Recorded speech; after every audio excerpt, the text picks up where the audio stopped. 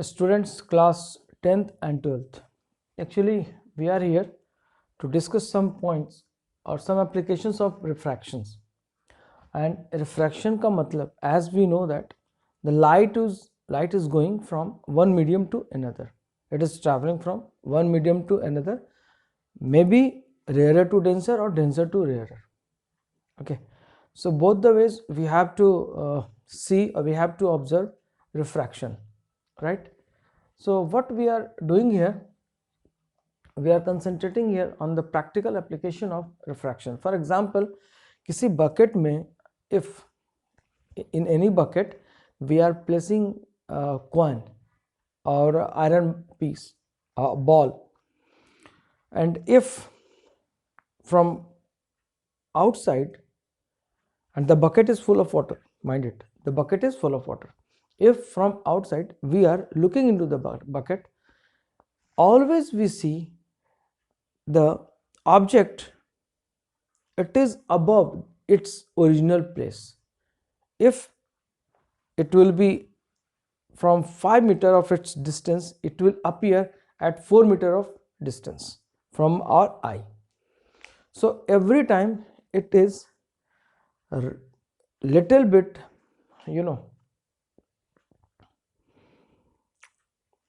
we can say it will not be exactly at that place where it is. It appears above it. It means at lower distance from its original place if we are measuring the distance from our eye. So this is the case. So why it is happening and how we are going to calculate and how it is studied, we are going to discuss. तो यहाँ पर हम सिर्फ ये discuss करेंगे कि वो appear क्यों होता है कम डिस्टेंस पर, क्यों जो उसकी ओरिजिनल पोजीशन होती है वहां पर नहीं दिखता, उससे ऊपर क्यों दिखता है, right? So this is all because of refraction. So for example, if we are taking a medium, right, this is our bucket full of water. Okay, this is full of water.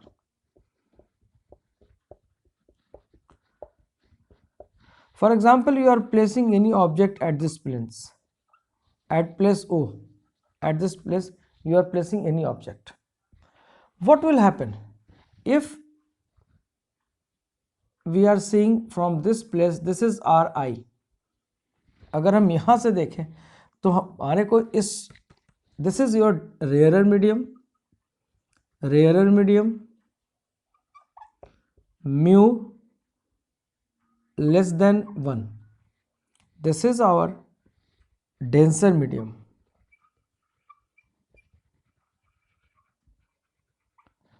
Refractive index greater than 1.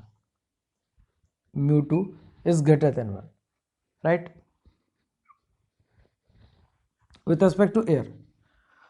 So if it is of real, its real depth is t, let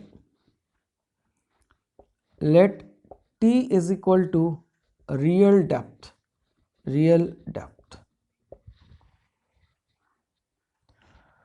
So if a ray of light is coming, if we are observing from this place, a ray of light can come up to this path, and this is our, this is water, we can say this is water. So at this point, this is the boundary, means this is called the interface of the medium. Here air starts, here water starts. So this, if we are marking, this is A and if it is D, so what will happen? A ray of light will go straight. Fine.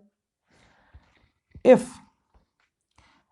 a ray of light is coming at this place, right, at this B point, so if we are drawing, if we are drawing a normal to this place, what will happen? It is going away from the normal. It is your B point. This is your B point. This is B point. Going away from the normal. And if it is coming at 90 degree, then going straight, right? so it is diverging. Okay, so if we are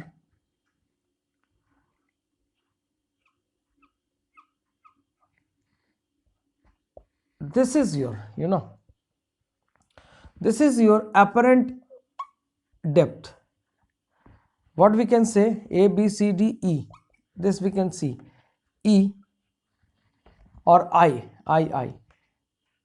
AI is equal to apparent depth.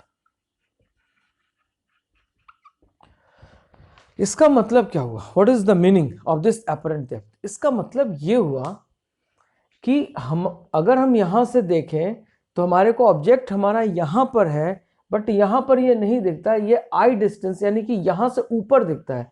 यानी कि अगर total depth हमारी medium की thickness अगर T है तो ये हमारे को टी से कम डिस्टेंस पे दिखता है ना, टी से कम डिस्टेंस दिखता है। यानी कि ये हमारे को यहां पर दिखता है, इस पॉइंट पर दिखता है। यानी कि ओ पॉइंट पे ना देखकर ये ओ से यानी कि टी से कम डिस्टेंस यानी कि ऊ से ऊपर चला जाएगा इस पॉइंट पर। ऑब्वियस है, आपने इसको डॉटेड लाइन से, बिकॉज रे ऑफ लाइट आपकी इस तरफ जा रही है, तो आपने इसको डॉटेड लाइन से मिलाया हुआ है, तो क्या होगा, हमारा एक इमेज, वर्चुअल इमेज ही फॉर्म होगा। This is called its virtual image, real image नहीं है, बिकॉज ऑफ डॉटेड लाइन से मिला रहे हो, so it is forming virtual image. Question ये है sorry, how we will calculate this distance AI, or how we will calculate this normal shift. This is called normal shift. अगर हम OI की बात करें, OI distance की बात करें, OI distance, this is called normal shift. Normal shift यानी कि ये कहा जाता है कि कितना ऊपर आपको दिख रहा है, तो हम नॉर्मल शिफ्ट कैलकुलेट कर लेंगे। ठीक है ना। सो नॉर्मल शिफ्ट अगर OI की बात करेंगे तो हम कैसे कैलकुलेट करेंगे वो भी मैं आपको बता दूं। ये डिस्टेंस कितनी होगी, तो हम क्या लिखेंगे, हमारा OI की हम बात करें तो OI normal shift will be equal to OA minus AI, है ना। यानी कि और AI क्या है हमारा, AI this is our apparent depth, यानी कि OA is real depth and minus apparent depth। तो अगर हम ये कैलकुलेट कर लें तो हमारे को नॉर्मल शिफ्ट मिल जाएगा। This is our normal shift, ये हमारे को नॉर्मल शिफ्ट मिल जाएगा। फाइन। अब हम क्या करेंगे, अब हमारे को कैलकुलेशन यहां स्टार्ट करनी है। हम कैलकुलेशन कैसे स्टार्ट करेंगे वो आप देखो। अगर यहां से रे ऑफ लाइट, ये हमारा नॉर्मल है, अगर ये नॉर्मल है तो नॉर्मल से एंगल ऑफ इंसिडेंस कितनी का बनाएगा, ये कितने का बनाएगा, so this will be equal to I, ये आई बनाएगा, this is our angle of incidence. तो ये वाली एंगल क्या होगी, this angle will be equal to R. Fine. Angle of refraction. अच्छा जी, अगर ये दोनों लाइन पैरेलल हैं, अगर पैरेलल होते हैं तो ये वाली लाइन, ये वाली एंगल क्या होगी, दिस विल बी एंगल आई, ये हमारी आई के बराबर होगी। तो आई आपने कहां कहां मिला, ये आपको आई मिल गया, this is I and this is I, right. ये आपको, और यहां पर आपको एंगल ऑफ रिफ्रैक्शन आपको आर मिल गया। नाउ अब क्वेश्चन ये आता है कि आपकी रे ऑफ लाइट जो जा रही है वो डेंसर से रेयरर की तरफ जा रही है ना। तो हम क्या लिखेंगे, ray of light going from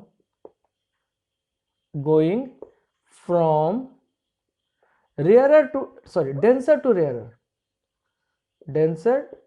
rarer.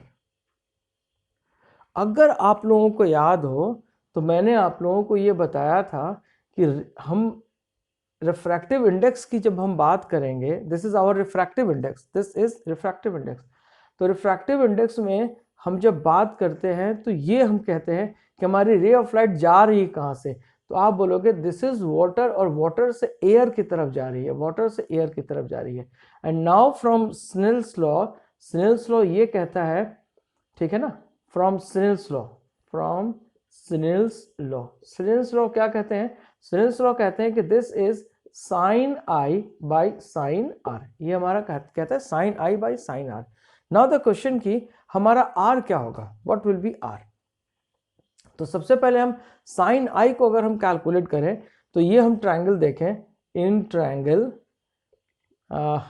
A O B, sine I की अगर हम बात करें तो this is equal to sine of angle A O B, sine of angle A O B, ये हमारा साइन आई के बराबर है। तो साइन आई का मतलब क्या, हाइट यानी कि A B upon hypotenuse. So what is, where is hypotenuse, hypotenuse कहाँ है, तो हाइपोटेनस हमारा ओ बी है, तो हम क्या लिखेंगे, this will be our O B, right.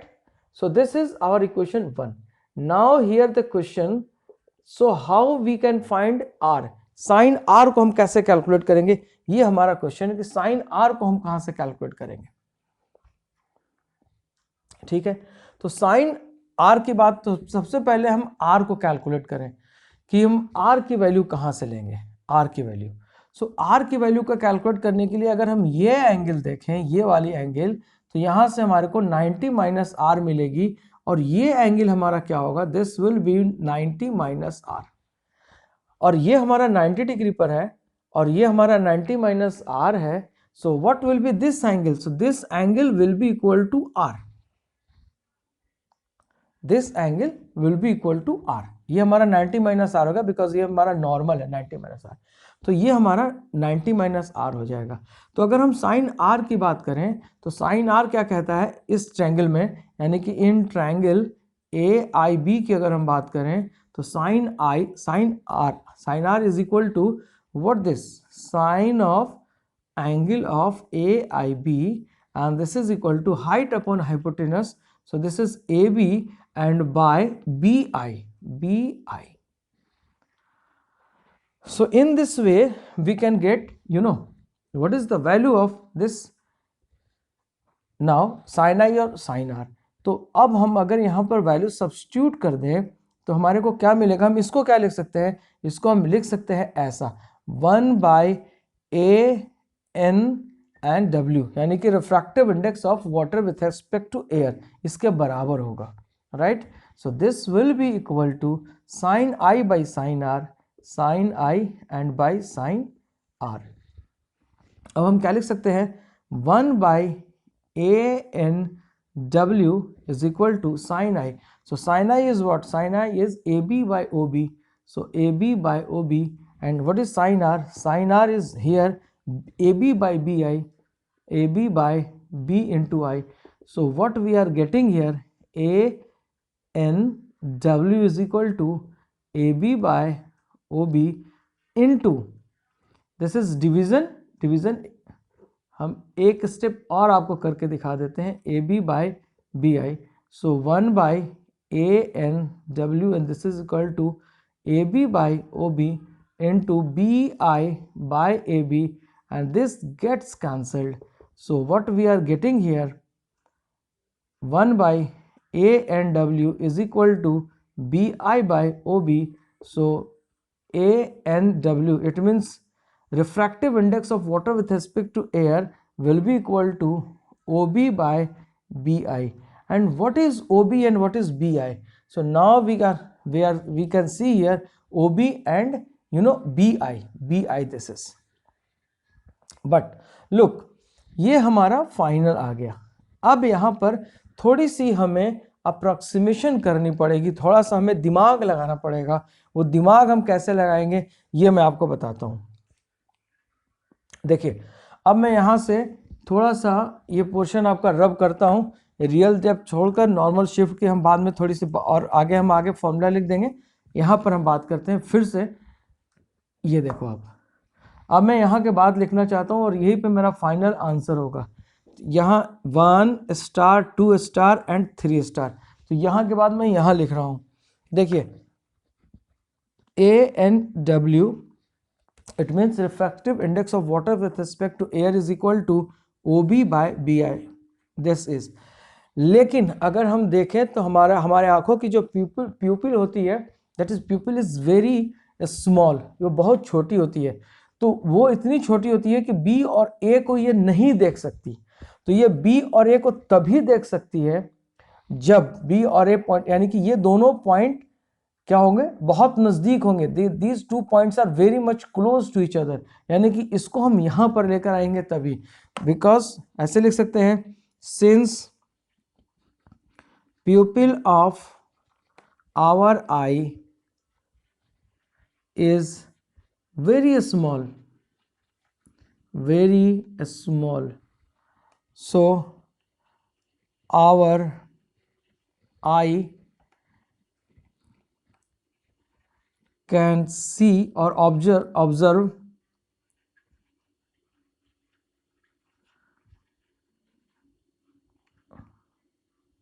when B and A are very close to each other, very close to each other, very close to each other। इसका मतलब कहने का हुआ कि ये B और ये दोनों A पॉइंट दोनों सेम पॉइंट पर हैं, तो अगर हम लिखें OB तो B और A दोनों अगर सेम पॉइंट है तो OB क्या होगा, OA के बराबर होगा। एंड ठीक है, एंड अगर हम BI की बात करें, BI तो B यहाँ पर अगर आ जाएगा तो BI हमारा किसके बराबर होगा, तो BI will be equal to our AI। So what we can write here, we can write A refractive index of water with respect to air will be equal to now OA by AI, and what is OA? OA is this real depth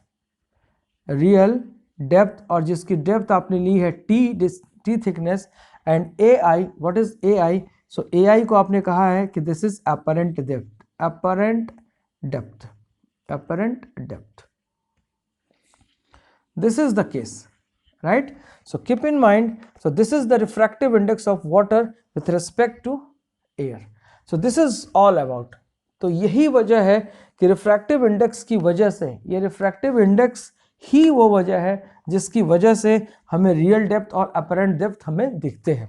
यानी कि हमारा कोई भी object अगर water में पड़ा हो तो इस अपने ओरिजिनल पोजीशन से ऊपर की तरफ दिखता है, पहली चीज़।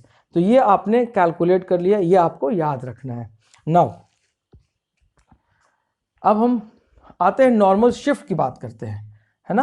अब हम नॉर्मल शिफ्ट की अगर हम बात करें तो हम यहाँ से ये पॉइंट आपका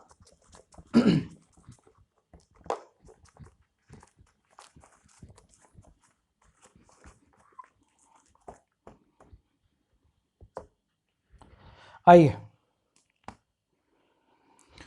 अब हम बात करते हैं नॉर्मल शिफ्ट। तो नॉर्मल शिफ्ट का मतलब ये है, what is the meaning of normal shift? तो नॉर्मल शिफ्ट का मतलब कि ये डिस्टेंस के आखिर कितना ऊपर की तरफ जा रहा है ना ये। तो नॉर्मल शिफ्ट का मतलब हमें OI कैलकुलेट करना है। OI is our normal shift. So OI को कैलकुलेट करने के लिए क्या करेंगे आप? So OI this OI is equal to normal shift, है ना। So this will be equal to normal shift is equal to OA minus AI. It means real depth minus apparent depth. So what is real depth? Real depth is T minus what is apparent depth? Apparent depth we can calculate from this point. So what is apparent depth? So apparent depth will be equal to real depth and divided by refractive index of water, यानी कि जिस medium में हम object को रख रहे हैं उसकी रिफ्रैक्टिव इंडेक्स, जिस मीडियम में हम अपने ऑब्जेक्ट को रख रहे हैं उस मीडियम की refractive index with respect to air, यानी कि with respect to rarer medium. So T minus this is T upon real depth को हमने क्या लिया है? रियल डेप्थ को हमने लिया है रियल डेप्थ T से एज्यूम किया है। सो this is A in W, right. So T हमने कॉमन कर लिया, 1 minus 1 by A in W, and this is OI, and this is called normal shift. तो इतने डिस्टेंस से आपको ऑब्जेक्ट ऊपर की तरफ दिखता है, इतने डिस्टेंस से OI, this is your OI, fine. So this is all about the normal shift and why, what is the reason if we are looking into the water where at the bottom some object is placed and it always seems that it is above from its real depth, right? So thank you. We are moving towards total internal refraction.